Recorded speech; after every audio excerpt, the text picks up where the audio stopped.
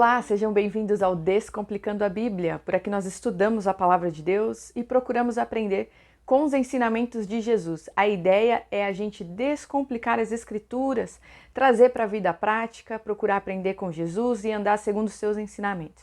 Hoje nós vamos continuar a leitura de Neemias. Quero ler com vocês aqui, como nós temos conversado, um segundo momento da história dele. Então, o livro de Neemias é um relato de bordo, é um diário, onde ele conta as suas vivências e até mesmo de forma documental. Relata ali o nome de famílias, o nome de pessoas que ajudaram ele numa missão muito importante. Qual era essa missão, gente? Reconstruir os muros de Jerusalém. Neemias foi chamado por Deus para reconstruir aquilo que havia sido quebrado, destruído pelos inimigos do povo de Israel. Então nós temos aí 70 anos de subjugação pelo rei da Babilônia, nós temos Nabucodonosor, nós temos a história aí de Ester no cativeiro, nós temos a história de Daniel e os seus amigos, e depois desses 70 anos o rei Ciro, rei da Pérsia, subjuga a Babilônia, então você tem o povo de Israel também ali debaixo dessa liderança, e pela graça e misericórdia do Senhor, como profetizado também, nós temos isso em profecia, depois desses 70 anos o povo retornaria para casa. Então Neemias é um exilado que voltou lá da Pérsia com uma missão da parte de Deus, conduzir um movimento, liderar um movimento de reconstrução. E olha só que interessante, nessa segunda parte da história, nós estamos aprendendo a partir dos relatos que ele trouxe e deixou para nós, que não era apenas um movimento de reconstrução dos muros, ia a muito além. Então o coração de Deus ali para o povo era também de restauração de uma aliança, de um retorno às escrituras, à lei e a um estilo de vida, uma identidade. Hoje eu quero ler com vocês Neemias 9 e trazer aqui 5 momentos muito importantes dessa história. Então vamos lá. No versículo 1 de Neemias 9 diz assim: No dia 24 deste 7º mês, os filhos de Israel se reuniram para um jejum. Vestiam um pano de saco e traziam terra sobre a cabeça. Os da linhagem de Israel separaram-se de todos os estrangeiros, puseram-se em pé e fizeram confissão dos seus pecados e das iniquidades de seus pais. Levantando-se no seu lugar, leram no livro da lei do Senhor, seu Deus, durante uma quarta parte do dia. E durante outra quarta parte do dia, fizeram confissão e adoraram o Senhor, seu Deus. Jesua, Bani, Cadmiel, Sebanias, Buni, Serebias, Bani e Kenania se puseram em pé no estrado dos levitas e clamaram em alta voz ao Senhor, seu Deus. Os levitas Jesua, Cadmiel, Bani, Asabneias, Serebias, Odias, Sebanias e Petaías disseram: Levantem-se e bendigam o Senhor seu Deus de eternidade a eternidade. Então olha só, depois que eles resolveram as pendências ali, que eles reafirmaram as estruturas dos muros da cidade, Neemias colocou a segurança de volta, levantou homens para fazer a segurança, afinal de contas as pessoas ainda estavam voltando para Jerusalém, estavam no exílio, estavam fora. E a partir daí, concluída essa tarefa, eles estão neste momento aqui. Agora, com tudo reconstruído, eles estão diante de Deus e estão pranteando, jejuando, se entregando à aliança com o Senhor a partir de um entendimento. E no vídeo anterior nós conversamos sobre isso, o entendimento das ordenanças de Deus por meio da lei. O povo entendeu, gente, que eles estavam no seu estilo de vida longe do Senhor, longe daquilo que o Senhor havia ordenado para eles. E eles se encontram agora, colocando o coração diante do Senhor para reconhecer isso. Olha só o que foi dito. Bendito seja o teu nome glorioso, que ultrapassa todo bendizer e louvor. Só tu és o Senhor. Fizeste o céu dos céus e todos os seus exércitos, a terra e tudo que nela há, os mares e tudo que há neles. Tu conservas a todos com vida, e o exército dos céus te adora. Tu és o Senhor, o Deus que escolheste Abraão, e o tiraste de Ur dos caldeus, e lhe puseste por nome Abraão. Achaste o seu coração fiel diante de ti, e com ele fizeste aliança para dares à descendência dele a terra dos cananeus, dos heteus, dos amorreus, dos ferezeus, dos Jebuseus e dos Girgazeus, e cumpriste as tuas promessas, porque é justo. Então o que eles estão fazendo? Reconhecendo a soberania de Deus, reconhecendo que Deus é Deus, entoando louvores ao Senhor. No versículo 9 diz assim: Viste a aflição dos nossos pais no Egito, e ouviste o clamor deles junto ao Mar Vermelho. Fizeste sinais e maravilhas contra Faraó e seus servos e contra todo o povo da sua terra, porque soubestes que os trataram com arrogância. E assim adquiriste a fama que tens até os dias de hoje. Dividiste o mar diante deles, de maneira que o atravessaram em terra seca. Lançaste os seus perseguidores nas profundezas, como uma pedra nas águas impetuosas. Tu os guiaste durante o dia com uma coluna de nuvem e durante a noite com uma coluna de fogo, para iluminar o caminho por onde eles deviam seguir. Desceste sobre o monte Sinai, do céu falaste com eles, e lhes destes juízos retos, leis verdadeiras, estatutos e mandamentos bons. Tu lhes deste a conhecer o teu santo sábado, e lhes deste mandamentos, estatutos e lei, por meio de teu servo Moisés. Quando estava com fome, lhe deste pão dos céus, e quando estavam com sede, fizeste brotar água da rocha, e lhe disseste que entrassem para tomar posse da terra, que com juramento prometeste dar a eles. O que eles estão fazendo aqui, gente? Vocês conseguem perceber? Eles estão recontando a história, eles estão lembrando os feitos memoráveis de Deus, estão entregando adoração, louvor. Olha, Senhor, tu fizestes isso por nós. Vocês lembram de algum relato assim no Novo Testamento? Tão lindo é o relato de Estevão, gente. Se nós lermos lá em Atos 7, nós vamos ver Estevão contando sobre esse Deus, o Deus de Israel, e relatando toda a história do povo. No versículo 16 diz assim: Porém eles, os nossos pais, se tornaram arrogantes e teimosos e não deram ouvidos aos seus mandamentos. Recusaram ouvir-te e não se lembraram das tuas maravilhas que fizeste no meio deles. Foram teimosos e na sua rebelião escolheram um chefe com o propósito de voltarem para a sua servidão no Egito. Porém tu, ó Deus perdoador, bondoso e compassivo, tardio em irar-te e grande em bondade, tu não os abandonaste, nem mesmo quando fizeram para si um bezerro de metal fundido e disseram: Este é o seu Deus, que o tirou do Egito, e cometeram grandes blasfêmias. Eles também estão falando dos atributos de Deus. Então, à medida que eles vão contando a história, eles também vão falando sobre esse Deus. Quem é esse Deus? É uma forma de conhecer ao Senhor e conhecer a forma como ele se relaciona com a humanidade, por meio da história de Israel. Então eles estão revivendo, rememorando, lembrando de muitas coisas que se perderam aqui nesses 70 anos. No versículo 19 está assim: Mas tu, pela multidão das tuas misericórdias, não os abandonaste no deserto. A coluna de nuvem nunca se afastou deles durante o dia para os guiar pelo caminho, nem a coluna de fogo durante a noite para iluminar o caminho por onde deviam seguir.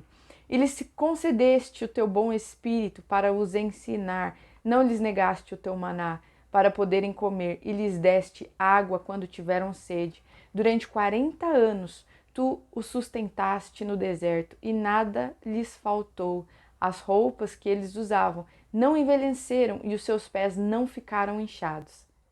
Além disso, gente, eles falam também sobre a fidelidade de Deus. Eles contam que, olha, apesar de nós termos feito isso com o Senhor não nos abandonou. Então eles estão lembrando ali não só de quem Deus é, como Deus se relaciona, mas também da sua culpa, da sua responsabilidade geracional. Eles estão falando, olha, os nossos pais fizeram isso com o Senhor e mesmo assim o Senhor não nos desamparou. Também lhes deste reinos e povos, cujas terras repartiste entre eles. Assim conquistaram a terra de Seom, rei de Hesbom, e a terra de Og, rei de Bazã. Multiplicaste os seus filhos como as estrelas do céu, e os trouxeste à terra que tinha prometido aos seus pais, dizendo que nela deveriam entrar. Os filhos deles entraram e tomaram posse da terra. Subjugaste diante deles os moradores da terra, os cananeus, e os entregastes nas mãos deles com os reis e os povos da terra, para fazerem com eles o que bem quisessem. Conquistaram cidades fortificadas e terra fértil, Tomaram posse de casas cheias de todo tipo de coisas boas, cisternas cavadas, vinhas e olivais, e árvores frutíferas em abundância. Comeram, se fartaram, engordaram e viveram em delícias pela tua grande bondade. Então, para acrescentar nessa história, nós temos um Deus poderoso, majestoso, que criou todas as coisas, que fez aliança com um povo que o traiu, que mesmo assim manteve a sua fidelidade e mais abençoou esse povo. Então, o que eles estão contando agora? Sobre as bênçãos do Senhor, a bênção de Deus sobre o povo de Israel, independente da sua transgressão. O Senhor é fiel, eles estão falando. O Senhor é Deus que demora para se irar e abençoa o seu povo, apesar do que nós fazemos. Ainda assim foram desobedientes. Aí eles voltam para falar assim, ó, mesmo assim, diante da tua fidelidade, da sua abundância, da sua generosidade. No versículo 26, ainda assim foram desobedientes e se revoltaram contra ti, viraram as costas à tua lei e mataram os teus profetas, que testemunhavam contra eles para os fazerem voltar a ti, e cometeram grandes blasfêmias. Por isso tu os entregaste na mão dos seus inimigos, que os oprimiram. Mas no tempo da sua angústia clamaram a ti, e dos céus tu os ouviste, e segundo a tua grande misericórdia lhes destes libertadores que os salvaram das mãos dos que os oprimiam. Porém, quando se viam em descanso, tornavam a fazer o mal diante de ti, e tu os abandonavas nas mãos dos seus inimigos, para que dominassem sobre eles. Mas quando se converteram e clamaram a ti, tu os ouvistes dos céus e, segundo a tua misericórdia, os livraste muitas vezes. Testemunhaste contra eles para que voltassem à tua lei. Porém, eles se mostraram arrogantes e não deram ouvidos aos teus mandamentos. Pecaram contra os teus juízos, pelos quais aquele que os cumprir viverá. Em sua rebeldia voltaram as costas, foram teimosos e não quiseram ouvir.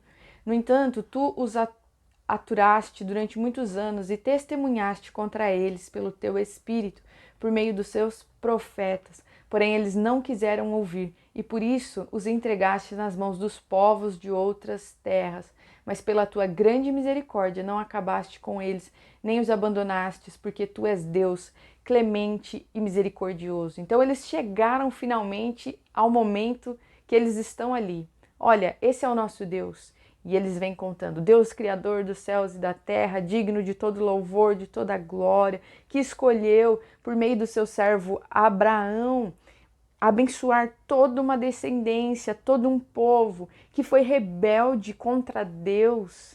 E mesmo assim foi abençoado, porque o Senhor é misericordioso e não muda de ideia diante daquilo que ele promete fazer. Eles estão falando isso, olha, diante desse Deus maravilhoso, nós pecamos, nós falhamos inúmeras vezes e todas as vezes o Senhor vem e nos traz de volta aos seus cuidados. Olha só que momento mais lindo e pedagógico para as pessoas que estão ouvindo essa história. Olha como eles estão aprendendo sobre o caráter de Deus e sobre a fidelidade do Senhor, que não tem nada a ver com os méritos daquele povo, porque eles têm falhado contra o Senhor. Eles têm faltado na sua aliança e eles estão reconhecendo isso aqui. No versículo 32 diz assim: Agora, pois, ó Deus nosso, ó Deus grande, poderoso e temível, que guardas a aliança e a misericórdia, não menosprezes toda a aflição que nos sobreveio, a nós, aos nossos reis, aos nossos príncipes, aos nossos sacerdotes, aos nossos profetas, aos nossos pais e a todo o teu povo, desde os dias dos reis da Assíria até o dia de hoje. Tu foste justo em tudo o que aconteceu, pois agiste com fidelidade enquanto nós procedemos mal. Uau, vamos fazer uma pausa aqui, porque esse é o clímax de toda a história que nós estamos aprendendo no livro de Neemias. Vocês conseguem ver como esse momento aqui é o momento que o povo reconhece que tudo que eles estão passando aí, desde 70 anos atrás, toda essa subjugação, todo essa escravidão, a destruição da cidade, tudo isso é consequência de uma correção que Deus está colocando sobre eles por conta das suas más ações. Aqui é o resultado da permissão de Deus. Era esse o ponto. Era aqui que as pessoas de Israel, o povo, Toda uma geração precisava chegar, entender que eles estavam passando por aquilo, porque eles estavam falhando com Deus. Olha só o que foi preciso, olha só o que Deus teve que permitir acontecer. Eles precisaram, gente, ver os muros destruídos da sua cidade, eles precisaram ser exilados para cair a ficha, para que eles entendessem que a vida deles estava distante do coração de Deus. No versículo 34 diz assim: os seus reis, os nossos príncipes, os nossos sacerdotes e os nossos pais não guardaram a tua lei, nem deram ouvidos aos mandamentos e aos testemunhos que lhes deste, pois eles, no seu reino, na sua abundância de bens que lhes deste, na terra espaçosa e fértil que puseste diante deles, não te serviram, nem se converteram de suas obras más. Eis que hoje somos escravos, ponto. Eles estão entendendo a realidade. Hoje nós somos escravos, porque os nossos pais, os nossos príncipes, os nossos reis, nós estamos falhando com o Senhor. E até na terra que deste aos nossos pais para comerem o seu fruto e o seu bem, eis que somos escravos nela. Seus abundantes produtos são para os reis que puseste sobre nós. Por causa dos nossos pecados, estes reis dominam sobre nós e sobre o nosso gado, como bem entendem. Nós estamos em grande angústia. No versículo 38, para encerrar, eles falam assim: por causa de tudo isso, nós fazemos uma aliança fiel por escrito, e os nossos príncipes, os nossos levitas e os nossos sacerdotes puseram o seu selo sobre ela. Uau! Todos ali estão diante do Senhor, reconhecendo: Deus, nós falhamos com o Senhor. Nós falhamos, os nossos príncipes, as nossas lideranças, a nossa descendência está comprometida, porque nós também estamos falhando. E nós reconhecemos que o Senhor não é culpado, nós somos responsáveis. Por mais que o Senhor permita isso acontecer com o seu povo, hoje nós compreendemos que o erro foi nosso e reafirmamos a nossa aliança com o Senhor. Isso é muito lindo, gente. Avivamento, despertamento espiritual é sobre isso aqui. É sobre aquele momento que nós nos conectamos com Deus novamente, a partir de uma compreensão de uma condição humana.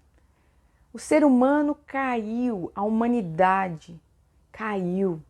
E nós precisamos reconhecer isso diante de Deus. Por meio do seu Filho, nós podemos viver isso aqui que o povo de Israel está vivendo naquela época. Por meio de Cristo, do seu sacrifício, do seu sangue, que nos lava e nos purifica. Por meio da fé que nós temos nele, vivendo segundo seus ensinamentos, nós somos perdoados. Porque esse Deus aqui é o mesmo Deus que nós servimos, que nós conhecemos hoje por meio do Filho. Quero deixar para vocês 5 momentos muito marcantes nesses relatos aqui de Neemias. Primeiro de tudo, o jejum do povo e o pano de saco. Lá no versículo 1 eles dizem: no dia 24 deste 7º mês, os filhos de Israel se reuniram para jejum, vestiam pano de saco e traziam terra sobre a cabeça. O que eles estão falando aqui? Eles estão falando sobre arrependimento. Então, o pano de saco, cinza sobre a cabeça, representa esse arrependimento, a tristeza diante do Senhor, simbolicamente falando, o momento que o coração do povo está arrependido, está triste. Nós temos também uma consagração, o jejum, a dedicação. Você vê que o povo ali nos relatos de Neemias se separa dos estrangeiros, eles estão focados em ter a sua atenção voltada para Deus. Aquele momento era importante e eles estavam se dedicando ao Senhor. Segundo momento muito importante é a confissão. No versículo 2, os da linhagem de Israel separaram-se de todos os estrangeiros, puseram-se em pé e fizeram confissão dos seus pecados e das iniquidades de seus pais. Eles jogaram a real diante de Deus. Olha, Senhor, falhamos. Isso aqui é lição para nós, gente, de uma postura agradável ao Senhor. A forma como o Espírito de Deus conduz aqueles que são do Senhor de volta para o coração de Deus. Então, há confissão, há quebrantamentos, gente. Em terceiro ponto que eu separei aqui, a adoração. Versículo 3: levantando-se do seu lugar, leram no livro da lei do Senhor, seu Deus, durante uma quarta parte do dia. E durante outra quarta parte, fizeram confissão e adoraram o Senhor. A adoração vem junto aí. Quando nós voltamos ao coração do Senhor, nós retomamos um estilo de vida que Deus tem para nós, como Ele tem para todos os seres humanos, que é o reconhecimento de quem Ele é. Então, voltar para casa, gente, voltar para a centralidade de Cristo é ter o estilo de vida de quem adora novamente desperto nos nossos corações. É para esse lugar que nós somos conduzidos. Nós somos conduzidos para o lugar de adoração ao Senhor. E tudo aquilo que era fardo, que era peso, todas as pendências que estavam nos separando de Deus, não nos separam mais. Quando há o Filho, quando há a reafirmação da aliança, quando há arrependimento, quando há confissão, o Espírito nos conduz para esse lugar de adoração. Quarto momento muito marcante é justamente o maior trecho de Neemias 9, que é o relato da história de Deus. Nós vimos ali como eles rememoraram quem Deus é, quem eles são, como eles estavam e os feitos e as maravilhas do Senhor. Olha só, lá em Deuteronômio 4, no versículo 9 diz assim: Moisés deixando a orientação para o povo. Então somente tenham cuidado e guardem bem a sua alma, para que vocês não se esqueçam daquelas coisas que os seus olhos têm visto, e elas não se afastem do seu coração todos os dias da sua vida. Vocês também contarão isso aos seus filhos e aos filhos dos seus filhos. Não se esqueça do dia em que vocês estiveram diante do Senhor seu Deus, em Horebe, quando o Senhor me disse: reúna este povo e os farei ouvir as minhas palavras, a fim de que aprendam a temer-me durante todos os dias em que viverem na terra, e também as ensinem aos seus filhos. Eles estavam ali, gente, reestabelecendo uma ordenança de Deus. Vocês sabiam disso? É ordenança do Senhor, que uma geração conte a outra, que não deixe se perder e esquecer quem Deus é. É obrigação nossa, como seguidores de Jesus, transmitir para a próxima geração sobre o conhecimento de quem é Deus. E eles estavam falhando. Vocês entendem aqui a negligência do povo?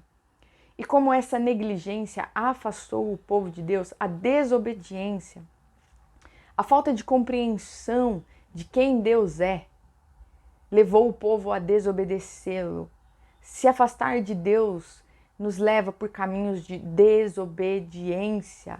E o povo aqui reestabelece, por meio da obediência, aliança com o Senhor. Eles começam a recontar as histórias para que a memória, para que a chama continue acesa. Então, se você é pai, se você é mãe, se você é líder, a nossa responsabilidade, a sua responsabilidade é transmitir o conhecimento de quem Deus é para os seus filhos, para a próxima geração. Essa é a maior herança, o maior legado que se pode deixar para os que estão por vir, o conhecimento de Deus, o Evangelho de Jesus. Isso precisa ser ensinado. Você pode ler também lá no Salmo 145, no versículo 4 ao versículo 7.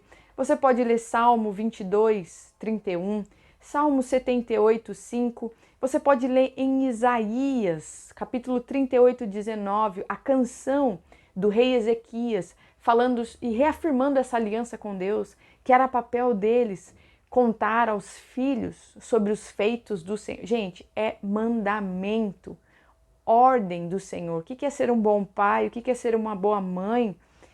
É aquele que ensina os caminhos do Senhor para o seu filho. Esse é o papel de um pai, esse é o papel de uma mãe. E por último, o quinto momento mais importante, dentre os momentos aqui significativos da história, é a reafirmação da aliança com Deus. Na verdade, gente, esse é o ápice da coisa. Esse aqui era o objetivo desde o começo. Vocês conseguem perceber que Deus trabalha e Ele continua trabalhando até hoje para trazer de volta os seus filhos para a comunhão com Ele. aqueles que estão distantes. Jesus é esse cara, gente. Se a gente ler lá em Colossenses, nós vamos ver que em Jesus todas as coisas estão voltando para o seu pleno funcionamento. É por meio do Filho de Deus que toda a criação está voltando para debaixo do seu senhorio. Jesus é aquele que reconecta a humanidade com o Deus Criador, com o Deus Pai. Versículo 8, por causa de tudo isso, nós fazemos uma aliança fiel, por escrito, e os nossos príncipes, os nossos levitas e os nossos sacerdotes puseram o seu selo sobre ela. Essa aqui é a finalidade, gente, da pregação do Evangelho, do momento que nós estamos vivendo, espiritualmente falando. Jesus está colocando tudo debaixo do seu senhorio. Ele consumou tudo isso lá na cruz. O nosso papel é passar isso para as próximas gerações. É contar e ensinar sobre os feitos do nosso Deus, sobre quem Jesus é, sobre o que está acontecendo agora no mundo espiritual, sobre o Evangelho, sobre os caminhos que agradam o coração de Deus. Desde lá, deste momento aqui, há milênios atrás, Deus está fazendo isso. A minha oração é que isso se torne claro para nós, que o Espírito Santo abra o nosso entendimento, para que a gente entenda que desde sempre, desde a queda de Adão, o Senhor trabalhou para nos trazer de volta, porque Ele nos ama. Então eu quero deixar essa palavra para você, talvez você esteja longe do Senhor. É tempo de voltar para casa. É tempo, o Senhor chama os seus. O Senhor, por meio do seu Filho, nos traz de volta com seus laços de amor para a comunhão com Ele. Nós pecamos, como o povo confirma aqui, nós pecamos, falhamos, os nossos pais pecaram, os nossos pais falharam, os nossos líderes falharam, mas hoje nós nos arrependemos e queremos voltar, Senhor, para onde nós nunca deveríamos ter saído, para a nossa comunhão contigo. Por meio do Filho, faça essa oração. Eu reconheço Jesus, eu reconheço como meu Salvador, eu reconheço a sua obra, reconheço a sua autoridade e quero, do fundo do meu coração, retornar para os braços do Deus Pai. Reconheça, nós precisamos reconhecer as nossas falhas, a nossa condição de pecado, mas nós também reconhecemos que Cristo é aquele que nos liberta dessa subjugação, que nos liberta da escravidão do pecado, para que possamos usufruir da conexão com o Deus Pai. Deus abençoe vocês e até o próximo vídeo.